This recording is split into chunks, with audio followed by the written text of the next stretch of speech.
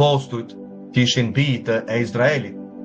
Kur shkrimi thotë që kjo është një shenjë e përjetshme midis meje dhe bijve të Izraelit, apo jo, një beslidhje e përjetshme.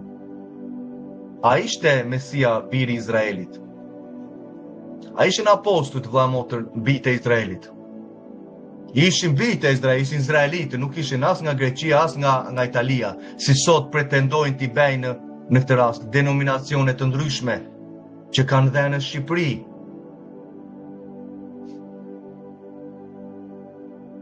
Bijtë e Izraelit apostujt, por respektonin sabatin për ta kremtuar atë brez pas brezi, apo jo?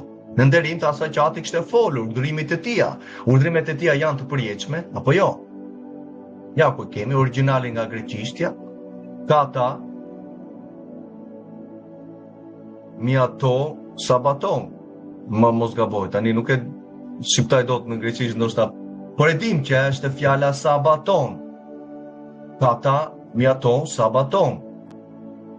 Në çdo sabat, vëlla motër, në çdo sabat mblidheshin bijtë e Izraelit për të nderuar beslidhjen në këtë rast e përjetshme që është sabati, një shenjë e beslidhjes së përjetshme. Shenjë do thotë që ti dallohesh për asaj shenjës, ke një vulë që ti në këtë rast po praktikon këtë gjë. Bota dallohet ka shenjat e saj. Zbulesa 14:11 të bishës së figurës dhe do marri dhe damkën fizikisht më vonë. Ati po të thotë ty dhe mua që të kemi shenjën e mirë në vargun 12. Zbulesa 14:12 thotë kjo është qëndrueshmëria e shenjtorëve. Përse qëndrueshmëri? Davtjatit. A pati qëndrueshmëri këtu vëlla motër? Kur vajti? A pati qëndrueshmëri